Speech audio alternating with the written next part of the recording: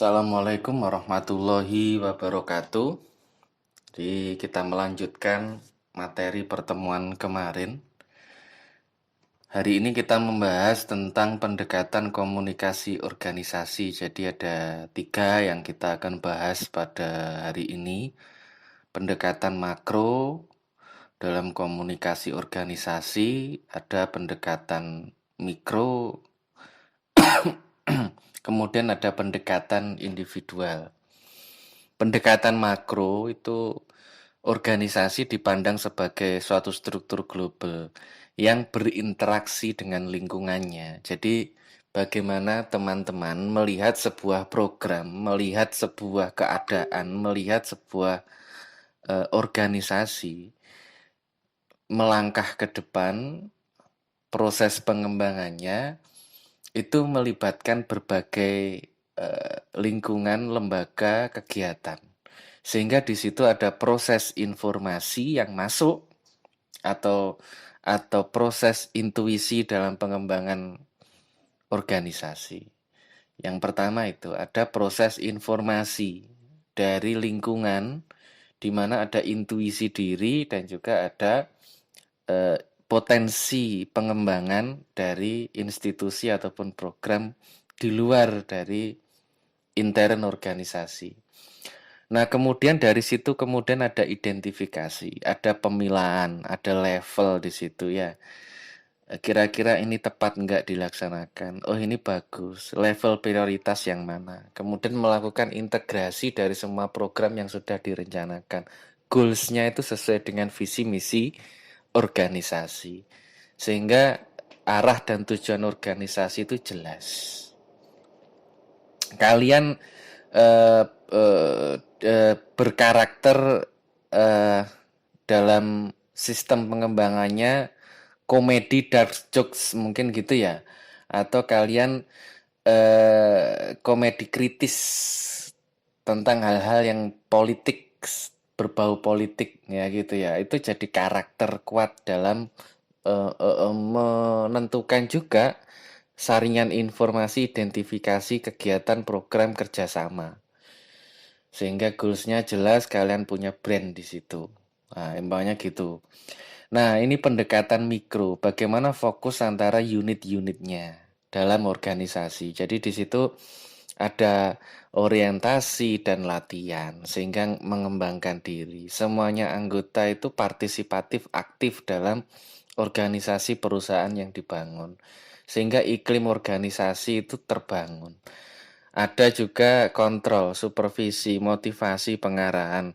Sehingga kepuasan kerja itu ada.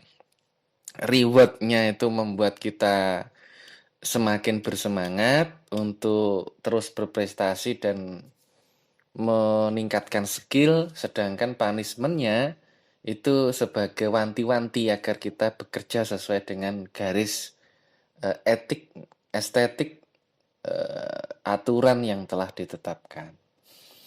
Pendekatan individual. Pendekatan ini berpusat pada tingkah laku, komunikasi individu dalam organisasi. Ya, berbicara dengan kelompok kecil, dalam otoritas yang sama, antar karyawan sebaya. Atau kemudian kita berbicara berinteraksi dalam rapat-rapat, yang di situ ada dewan, ada pakar, ada pimpinan, ada redaktur pelaksana, dan semacamnya. Ada editor mungkin di tingkat production house atau di media-media online cetak tertentu ya, berdebat untuk suatu usulan. Jadi ada proses dialog di situ dengan wajadilhum bilatihiya aksan ya, dengan baik, kritis ya, sehingga menemukan program atau usulan kegiatan yang tepat. Nah, teman-teman, sebagai presensi, teman-teman pilah nih, pemberian bantuan kepada warga yang terkena musibah, melakukan donor darah, menggalakkan kerja bakti, membangun kerjasama antar instansi, kemudian PBAK, Ospek, Stadium General, MOS, masa orientasi siswa, dulu yang pernah kita laksanakan di SMP atau SMA, aliyah atau sanawiyah, peningkatan kapasitas SDM, dan lain-lain. Ini semua teman-teman pilih termasuk dalam pendekatan apa? Pendekatan mikro yang mana? Pendekatan makro yang mana? Pendekatan individualnya itu yang seperti apa? Itu teman-teman pilih. Teman-teman juga boleh memakai contoh yang lain. Contoh, oh kayaknya saya pengen pakai contoh ini.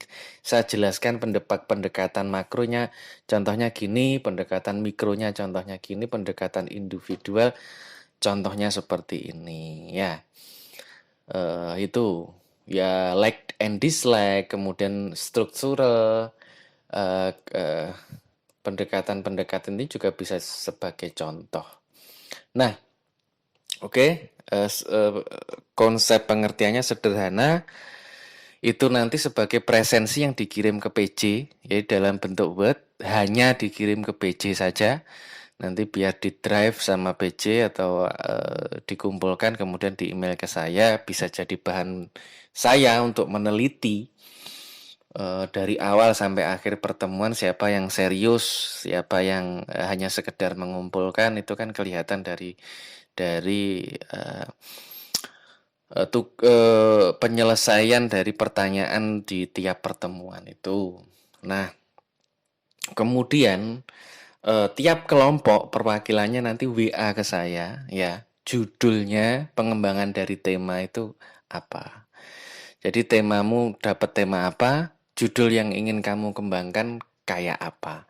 Nah, itu nanti per kelompok itu beda-beda. Jadi setiap kelompok itu menyesuaikan dengan template jurnal yang sudah saya tentukan. Kayak kelompok 1 dan 2 itu di Islamic Communication Journal Sinta 3 di UIN Walisongo Semarang.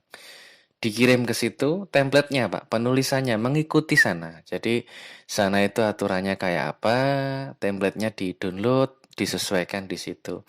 Pada waktu presentasi nanti minggu depan itu hanya cukup 1.500 kata saja. Presentasi UTS 3.000 kata, UAS nanti 5.000 kata lebih. Jadi kita UTS UAS itu ya nggak ada pertanyaan apapun. Yang penting itu jurnal selesai dan disubmit, teman-teman punya karya. Kalaupun terbit, alhamdulillah. Nggak terbit juga bagian dari proses belajar. Templatenya itu mengikuti itu kelompok 3, 4 ini, kelompok 5 ini, 6, 7, 8, 9, 10 ini.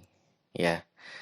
Ini ngaksesnya di mana Pak? Ini dicek di Google keluar semua kok, ditulis jurnalnya sama kampusnya itu. Jadi template-nya nanti dari situ semua. Gitu. Jadi presensinya itu dikirim ke PJ pertanyaan. Yang kedua, tiap kelompok nanti mengirimkan ke saya judulnya dan alasan kenapa memilih judul itu dan terkait dengan tema dari kelompok masing-masing. Terima kasih. Itu saja. Assalamualaikum warahmatullahi wabarakatuh.